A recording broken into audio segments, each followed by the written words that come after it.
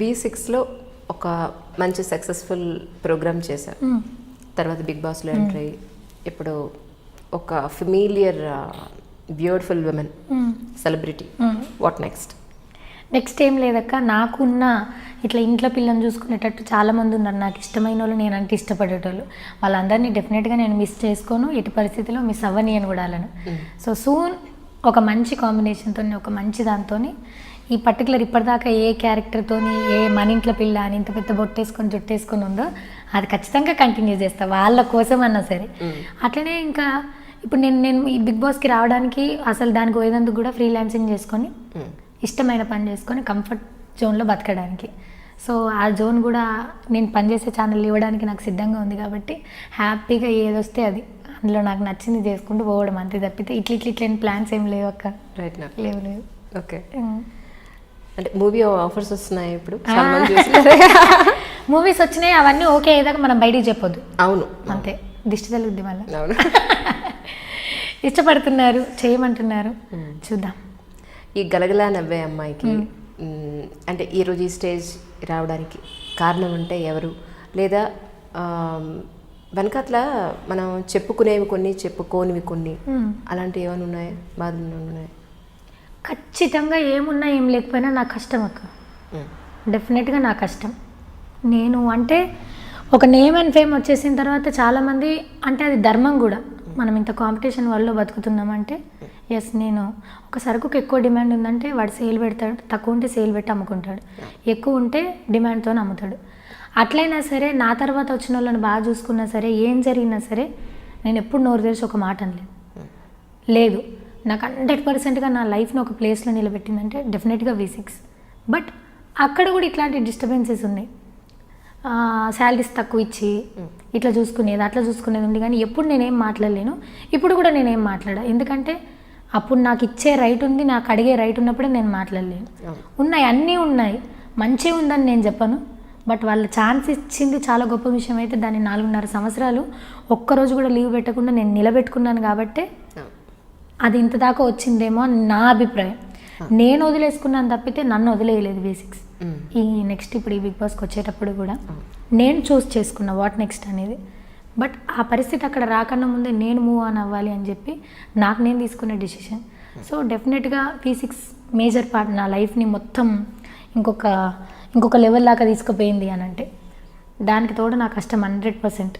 ఈ రెండు మాత్రమే కంపల్సరీ.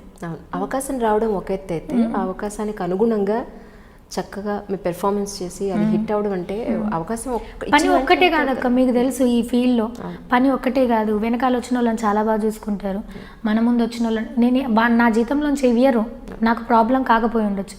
బట్ నేనెప్పుడు ఇంపార్టెన్స్ అంటారు, అన్నీ అంటారు, సరే రెస్పెక్ట్ ఇచ్చారు, చాలా బాగా రెస్పెక్ట్ ఇచ్చారు, నేను కాదన, చాలా బాగా చూసుకున్నారు, నేను చాలా బాగా పని చేస్తేనే చూసుకున్నారు.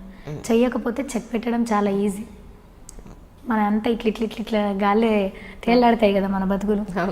సో అడ్జస్ట్ అయ్యి పని ఒక్కటే, పర్ఫార్మెన్స్ ఒక్కటే నిలబెడుతుందని నేను అనుకోనక్క. మనం ఎంత అడ్జస్ట్ అవుతున్నాం, ఏమేమి సాక్రిఫైజులు చేస్తున్నాం అనేది మన కెరియర్ని బిల్డ్ చేస్తే నేను నమ్ముతా. అట్లా చేసుకుంటూ వచ్చినా కాబట్టి ఈ 4.5 yearsలో ఒక పెళ్ళి లేదు, ఒక రిసెప్షన్ లేదు, ఒక చావు లేదు, ఏమీ లేదు. అంత డెడికేట్గా పనిచేసినాను నేను. అంటే ఇప్పుడు నేను ఒక 2 days 3 days లీవ్ పెడితే ఏమవుతుందో తెలియలేని పరిస్థితి.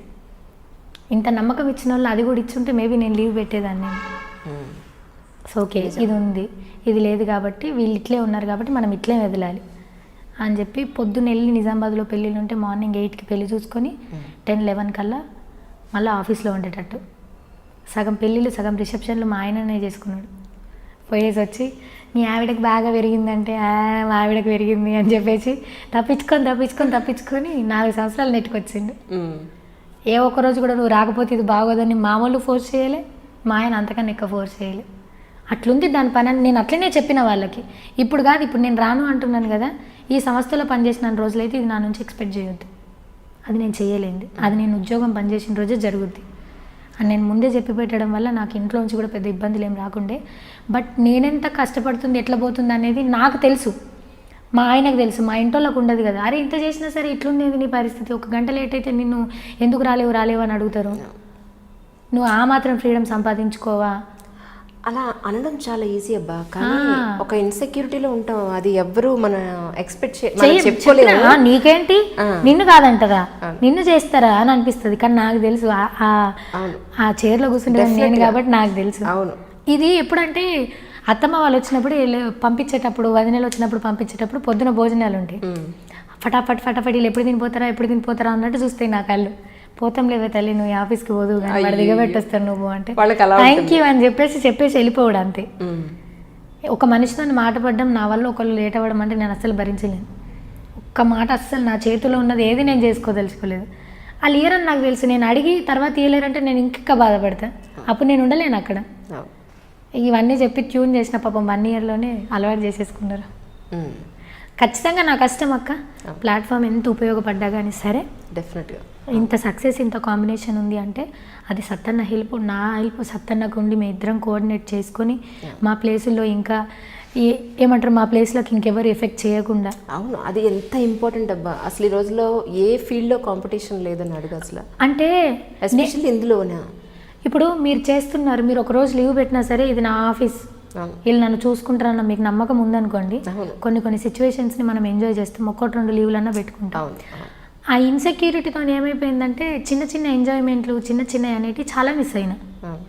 ఓకే, ఇప్పుడు కెరియర్ పీక్స్లో ఉంది, చేయొద్దు. ఆ ప్రోగ్రామ్ కాన్సెప్టే అంతా సరే, నా ముందున్న వాళ్ళకి నడవలేదు, నడిచింది నాకెందుకు నడవదంటే ఇంకా అది జరిగిపోయింది. అందరికి జరిగినట్టు నాకు జరగాలని లేదు కదా, సరే చూద్దామని చెప్పేసి చాలా కష్టపడి చేసుకున్నాం ఇద్దరం, సత్తన్న నేను కూడా. అన్నకు కూడా ఒకరోజు కనిపించకపోతే, ఒకరోజు లేట్ అవుతుందంటే మీరు ఎట్లా ఓన్ చేసుకున్నారో మేము అంతకన్నా ఎక్కువ ఓన్ చేసేసుకున్నాం. ఒకరోజు మేము స్క్రీన్ మీద కనబడకపోతే మాకు ఎక్కడో డగ్ అనిపించేది. అన్న ఏ దేశంలో ఉన్నా, అంటే ఏ దేశం అన్న, కామారెడ్డి, నిజామాబాద్ ఏడున్నా సరే సపరేట్గా కెమెరామెన్లను పెట్టుకొని వీడియో షూట్ చేసి పంపించేది. అంత ఇంట్రెస్ట్, అంత డెడికేటెడ్గా పనిచేసినాం. ఓకే, అందుకే మా ఇద్దరు కాంబినేషన్ అంత హిట్ అయింది. అంటే ఆయన గురించి, సతన్య గురించి చెప్పాలంటే ఏం చెప్తారు? అంటే ఇన్నేళ్ళు కలిసి వర్క్ చేశారు. అద్భుతమైన, ఏమంటారు, మంచి టాలెంటెడ్ పర్సన్. తను పాడగలుగుతాడు, డ్యాన్స్ చేయగలుగుతాడు, యాక్ట్ చేయగలుగుతాడు, అంతే డెడికేటెడ్గా పని కూడా చేయగలుగుతాడు. సకలగల వల్లభుడు. పాటలు పాడుతుందా? పాడదు, ఇట్లాంటి సత్తన్న చేస్తాడు, నేను చేయను. అన్న సకలగల వల్లభుడు, మనం కాదు. మంచి పర్సన్, ఫీల్డ్ అంటే చాలా ఇంట్రెస్ట్, చాలా రెస్పెక్ట్, చాలా డెడికేటెడ్గా కూడా పనిచేస్తాడు. నాకు స్క్రీన్ మీద ఎట్లున్నా సరే నా లైఫ్లో ఏం జరిగినా ఏమున్నా కానీ అన్నీ షేర్ చేసుకునే ఒక ఫ్రీడమ్ అయితే ఉంది. వాళ్ళ ఇంట్లో విషయాలైనా సరే అది స్క్రీన్ మీద వరకే అన్న చెల్లెళ్ళ రిలేషన్ అయితే నేను అన్నాను. స్క్రీన్ బయట కూడా మేము చాలా బాగా ఉండేటోళ్ళం. స్టిల్ ఇప్పటికీ ఉంది, అట్లనే ఉంటుంది కూడా ఇప్పటికీ. బిగ్ బాస్ షోకి సంబంధించి మధ్యలో కొంత గాల్దుమారులు లాంటిది కూడా వచ్చింది. యాక్చువల్లీ మీకు అవకాశం ఎలా వచ్చింది అని అంటే ఏం చెప్తారు? యాక్చువల్లీ అవకాశం ఎలా వచ్చింది అని అంటే సీజన్ 2కి కూడా నన్ను అడిగారట. తెలిసిన పిఆర్ నాకు ఫోన్ చేసి నువ్వు ఇంట్రెస్టెడ్ అని అన్నారు. అప్పుడు నేను మంచి పీక్స్లో ఉన్నా, మా ఇద్దరు కాంబినేషన్ ఫుల్ బాగా నడుస్తుంది. లేదు నేను ఒకటే సీజన్ చూసిన, మళ్ళీ లేదు నేను ఇంట్రెస్ట్ లేదు, నేను నెక్స్ట్ సీజన్కి వస్తా, అప్పుడైతే చెప్పి పెట్టమని చెప్పండి, నెక్స్ట్ సీజన్కి పక్కా వస్తా అని చెప్పమన్నా. ఆ నెక్స్ట్ సీజన్ ఇప్పుడు ఉపయోగపడింది అన్నట్టు. ఓకే, ఇప్పుడు ఫోన్ చేసి, అంటే వాళ్ళ ఫార్మేట్ ఎట్లుంటుందంటే ఒక హీరో, ఒక టీవీ యాంకర్, ఒక న్యూస్ రీడర్, ఒక సింగర్, ఇట్లా అన్ని డిపార్ట్మెంట్ల నుంచి ఉంటారు కాబట్టి అట్లా ఇప్పుడు ఈ న్యూస్ అనే కేటగిరీ నుంచి నన్ను అలా సెలెక్ట్ చేసుకున్నాడు. నాకు కూడా ఇంట్రెస్ట్ ఉండి పోవడం నడిచింది. ఓకే ఓకే, అంటే మధ్యలో చాలా కాంట్రవర్షీస్ వచ్చేది వాటి మీద, ఎస్పెషల్లీ అమ్మాయిల్ని టార్గెట్ చేశారు. మాకు ఇది మీరు ఇలా చేస్తేనే మేము మీకు ఆపర్చునిటీ ఇస్తాము అని చెప్పని, అలా ఉందా నిజంగా? అస్సలు లేదు అట్లా, 100%. అంటే నాకు జరగలేదు. అదే ఇప్పుడు నాకు తెలిసినంత వరకు నేను మాట్లాడగలుగుతాను, మరి వాళ్ళకి జరిగిందో జరగలేదో మాకు తెలియదు. మేము కొన్ని సిచ్యువేషన్స్ వచ్చేసినప్పుడు అన్ని కెమెరాల మధ్యలో కూడా ఎట్లా పడితే అట్లే కూర్చుంటాం, ఎట్లా పడితే అంటే మేము ఎట్లుంటాం అనేది మనకే తెలియదు. ఇప్పుడు ఇల్లు 24 గంటలు కెమెరాలు ఉన్నాయని కాళ్ళు ఇట్లా పెట్టుకొని అట్లా పెట్టుకొని కూర్చోలేము మనం, ఎట్లా కూర్చుంటాం. కానీ 3 సీజన్లు నడిచినాయి, ఒక్కళ్ళు కూడా అమ్మాయిలు ఆర్ అబ్బాయిలు కంఫర్ట్ లేకుండా ఫీల్ అయ్యే షార్ట్ కానీ ఫుటేజ్ కానీ ప్లే అవ్వదు. రైట్, అంత పర్టికులర్గా ఉంటారు వాళ్ళు. అక్కడ మేజర్ థింగ్ ఏదైనా జరిగింది దానివల్ల రేటింగ్ వస్తుందన్నా సరే వాళ్ళు ప్లే చేయరు. అదే చేయనప్పుడు ఇదంతా జరుగుతుంది అంటే నేను నమ్మను అని నా వర్షన్ చెప్తున్నాను. కొన్ని టాస్క్లలో నేను ఇంటికి వచ్చిన తర్వాత ఏ ఎపిసోడ్ చూడలేదు, చూడదలుచుకోలేదు కూడా ఇంకా. వచ్చేసిన తర్వాత అప్పుడు ఆ టాస్క్ అప్పుడు మేము ఇట్లుండే అట్లుండే అంటే అదంతా ఏం చూపెట్టలేరంటే ఒక ఎపిసోడ్ చూస్తే పూల్ టాస్క్ అప్పుడు మేము అందరం ఒక్కొక్కళ్ళం ఒక్కో రకంగా ఉన్నాం పూల్లో దిగినప్పుడు. అమ్మాయిలకు అబ్బాయిలకు తేడా లేకుండా డ్రెస్సులు అటుపోయి మొహాలు ఇటుపోయి అటుపోయి ఉంది. ఆ ఫుటేజ్ అంతా తీసేసి క్లీన్గా నీట్గా ఉన్నదే ప్లే చేసిండు. అంటే అంత రెస్పెక్ట్ ఇస్తారు మనుషులకి, ఇంటి వాళ్ళకి వీళ్ళకి. ఒకవేళ అదే అనుకుంటే దాని మీద ఇంత బడ్జెట్ పెట్టి ఇన్ని పెట్టి టాస్క్లో భాగంగా నా దేశేయచ్చు, ఎవడు అడగను కూడా అడగడు. బట్ 3 సీజన్లు, నేను నా ఒక్క సీజన్ గురించి చెప్తాను. 3 సీజన్లో ఏ ఒక్కటి వల్గర్గా ఉన్నది నేనైతే చూడలేను స్క్రీన్ మీద, తెలియకుండా ఉన్నది. ఇప్పుడు స్కిట్లు జరిగేటప్పుడు యాక్టింగ్ చేయమంటారు, హస్బెండ్ అండ్ వైఫ్గా లవర్స్ లాగా, అది తెలిసి చేస్తున్నారు.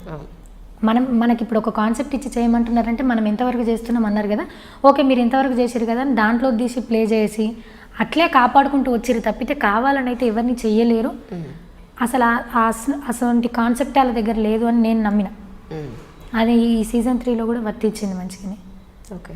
సో అవి అయినాయి అని అంటే మేబీ వాళ్ళే డైరెక్ట్గా మాట్లాడినరా, మధ్యలో ఉన్న వాళ్ళు మాట్లాడినరా, ఇంకా అది ఫేస్ చేసిన వాళ్ళకి తెలుస్తుంది. నాకు జరగలేదని ఎవరికి జరగద్దని కూడా రూల్ లేదు, చెప్పలేము. ఇప్పుడు ఎక్కువ ఫేమ్ ఉన్న వాళ్ళకి ఎక్కువ పేమెంట్ ఇచ్చిండ్రు, మరి అదే షో అందరికని కదా అని నాకు ఎక్కువ ఇవ్వలేదు కదా అంటే అది కాదు. ఇమేజ్ ఉన్న వాళ్ళకి వాళ్ళ వాల్యూ ఎంత ఉంది, ఎంత ఇస్తున్నాం అనేది ఎట్లా నడిచిందో నాతో జరగలేదంటే నాకు జరగలేదని నేను చెప్తా, ఇంకొకళ్ళకి జరగలేదు అనేది వాళ్ళ చెప్పులు నేను వేసుకుంటే నాకు తెలుస్తుంది. మధ్యలో ఉన్న వాళ్ళు ఏ వేలో ఎట్లా తీసుకుపోయారో మనకు తెలియదు కదా. జరగకుండా జరిగినా కానీ ఒక బయటికైతే మాట్లాడరు కదా ఎంతో కొంత. సో వాళ్ళు ఫేస్ చేసారు కాబట్టి వాళ్ళు మాట్లాడుతున్నారు, 100% దాన్ని నేను రెస్పెక్ట్ చేస్తాను. బట్ నా విషయంలోనైతే అది జరగలేదు. ఇది జరగundదని నువ్వు ఎందుకు అనుకోవంటే మీకు ఇచ్చిన ఎగ్జాంపులే, ఒక ఫుటేజే ఎక్కడ ప్లే కాలేదు, అట్లాంటిది ఇట్లా చేస్తానంటే నేనైతే నమ్మ. ఇంకా సీన్స్ ఉన్నప్పుడు అవి ఉన్నప్పుడు కొన్ని ఇవి బాగా ఎక్కువైనాయి, మనమే ఎక్కువ అర్థులు దాటినట్టు అనిపించింది అని అనిపించినవి కూడా ఎక్కడ టీవీలో ప్లే అవ్వలేదట. ఓకే. సో అంత ప్రైవేట్గా ఎంత ఇంట్రెస్ట్తోని ఎంత జాగ్రత్తగా తీసుకొని ఆ 1 hour ఎపిసోడ్లో కట్ చేసి పెడతారు. కావాలి అంటే దాన్ని వాళ్ళు క్యాష్ చేసుకోవచ్చు ఎంతన్నా మంచిగా. ఎందుకంటే అక్కడ బిగ్ బాస్ అనే షోలో ప్రతిదీ మన ఇచ్చి మనం చేసిందే ఉంటుంది. ఇప్పుడు ఇక్కడ బాహుబలి లాగా మీరు గెటప్ వేసుకోవాలంటే గెటప్ వరకే ఆయన చెప్తాడు, ఆ పాత్రలో ఏం డైలాగులు చెప్తావు ఏం చేస్తావు అనేది కంప్లీట్లీ నీ ఇష్టం. ఒక టాస్క్ ఇస్తాడు, అది ఎట్లా ఆడతావు అనేది నీ ఇష్టం. యాజ్ ఇట్ ఈస్ దాన్ని అట్లే ప్లే చేస్తాడు తప్పితే కల్పితాలు పుట్టించి లేకపోతే ఇక్కడిదక్కడ యాడ్ చేసి ఇది అన్నీ ఏముండవు, అస్సలు ఏముండవు. ఆయన వాయిస్ తప్పితే ఏమీ వినిపించదు. ఒకవేళ అది జరగకపోతే మీరు ఈ ప్రాసెస్ని తప్పుగా అర్థం చేసుకున్నారు ఇది అని ఇంకోసారి చెప్తాడు తప్పితే ఇది తగ్గింది, ఇది మీరు పెంచండి, సినిమా డైరెక్టర్లు వీళ్ళు చెప్పినట్టు దగ్గరుండి బాగా రావాలంటే సీన్ ఇది చేయాలి అది చేయాలని ఉంటుంది కదా, అట్లా ఉండదు. టాస్క్ పేపర్ రాగానే ఇంకా మమ్మల్ని వదిలేస్తారు, మనం ఎంత చేస్తామో అంతలోంచి తీసి ఎడిట్ చేసి 1 hour మీకు ప్లే చేస్తారు. ఒక్కటి కూడా కల్పితం ఉండదు అసలు. రైట్. అసలు మనుషులు ఎవరు కనిపించరు. మా వంట మేమే చేసుకోవాలా, మా క్లీనింగ్లు మేమే చేసుకోవాలా, మా రెడీ అవ్వడం కూడా మేమే రెడీ అవ్వాలా, అన్నీ మనమే చేసుకుంటాం. ఒక తెలియని ఇంతమంది వ్యక్తులతో ఒకే ఇంట్లో ఉండడం అనేది కదా, అదైతే కొత్త ఎక్స్పీరియన్స్. ఇప్పుడు ఇట్లున్నా టక్కన అట్లా అయిపోదా, ఇప్పటిదాకా మంచిగా కదా ఏమైంది ఇప్పుడు అని అంటే ఆట, ఓ టాస్క్, సరే రెడీ క్యారీ ఆన్. ఆట ఆడడానికి అందరు వచ్చారు, సరే ఆడు, నేను కూడా ఆడతా, అట్లా నడుస్తుంది అన్నట్టు. కాంపిటీషన్ అనేది అదేమంటారు మొండితనము. ఈ కాంపిటీషన్ అనేది ఎంత నేర్పిస్తుంది బిగ్ బాస్ అంటే అబ్బో మామూలుగా నేర్పదు.